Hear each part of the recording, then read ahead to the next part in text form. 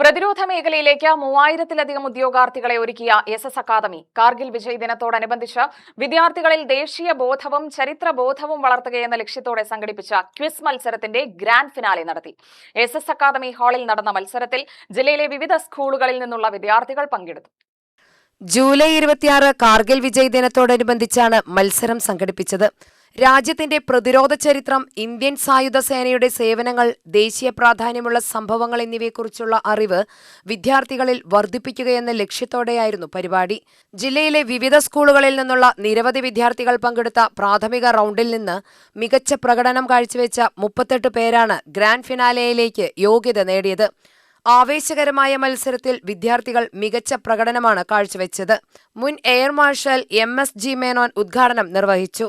രാജ്യസ്നേഹവും ദേശീയ ബോധവും വിദ്യാർത്ഥികളിൽ വളർത്തിയെടുക്കുന്നതിൽ ഇത്തരം വിജ്ഞാനപരമായ മത്സരങ്ങൾക്ക് വലിയ പ്രാധാന്യമുണ്ടെന്നും ഇന്ത്യയുടെ പ്രതിരോധ ചരിത്രവും സൈനികരുടെ ത്യാഗവും പുതുതലമുറ അറിയേണ്ടത് അനിവാര്യമാണെന്നും അദ്ദേഹം പറഞ്ഞു.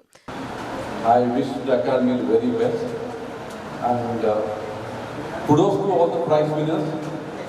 Great achievement, and I'm sure others will be motivated to participate in greater number next year and win crash prizes. But I just want to end with a question. നിങ്ങൾ വിചാരിച്ച് പഠിച്ചു കഴിഞ്ഞാൽ നമ്മൾ നന്നാവുന്നു, പഠിക്കാത്തവർ നന്നാവുണ്ടോ? ഉണ്ടോ? Yes or no? So why do you study? There's a book, a short story book written by Somerset Maugham. He's a short story writer. There's a short story I'll tell you in Malayalam. പള്ളിയിൽ ഒരാൾ മണി എടുത്തുകൊണ്ടിരിക്കുകയാണ്. അവൻ 8ാം class വരെ പഠിച്ചിട്ടു. അപ്പോൾ ruling came 10ാം class അവന് പള്ളിയിൽ അച്ഛൻ പറയും, 8 മണിയായി 8 വാശം അടിക്കാൻ പറയും. അപ്പോൾ 8 വാശം 4 മണിയായി കഴിഞ്ഞാൽ 4 മണി. So they put an order stating that the person who is going to ring the bell should be minimum 10 past. ഇല്ലെങ്കിൽ പഠിക്കാതെ അവന് പഠിക്കാൻ ഭയങ്കര മടിയായി. Either rule study now, he left the job. They employed somebody else to ring the bell. Later on what he did was അയാൾ ജോലിയില്ലാണ്ടായപ്പോൾ അയാൾ ഞാൻ പള്ളിക്കുള്ള മണികൾ ഉണ്ടാക്കാവുള്ളൂ, മണി ഉണ്ടാക്കാവുള്ളൂ. He started making bells and he became a big businessman.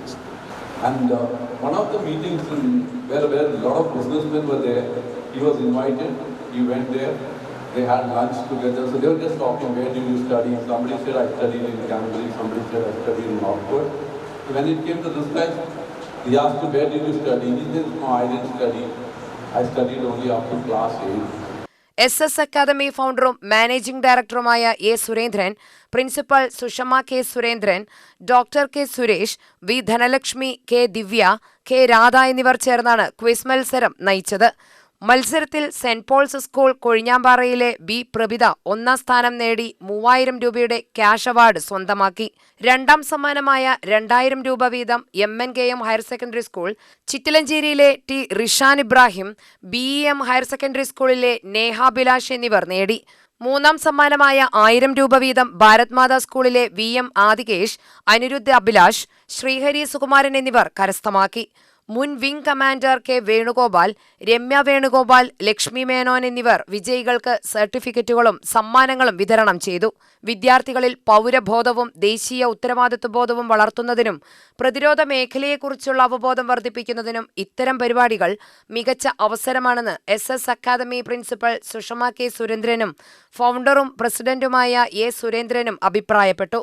രാജ്യസേവനത്തിനുള്ള പ്രചോദനവും പ്രതിരോധ മേഖലയോടുള്ള താൽപര്യവും വളർത്തുന്ന ഇത്തരം പരിപാടികൾ തുടർന്നും സംഘടിപ്പിക്കുമെന്നും അവർ അറിയിച്ചു. UTV news, Palakkad.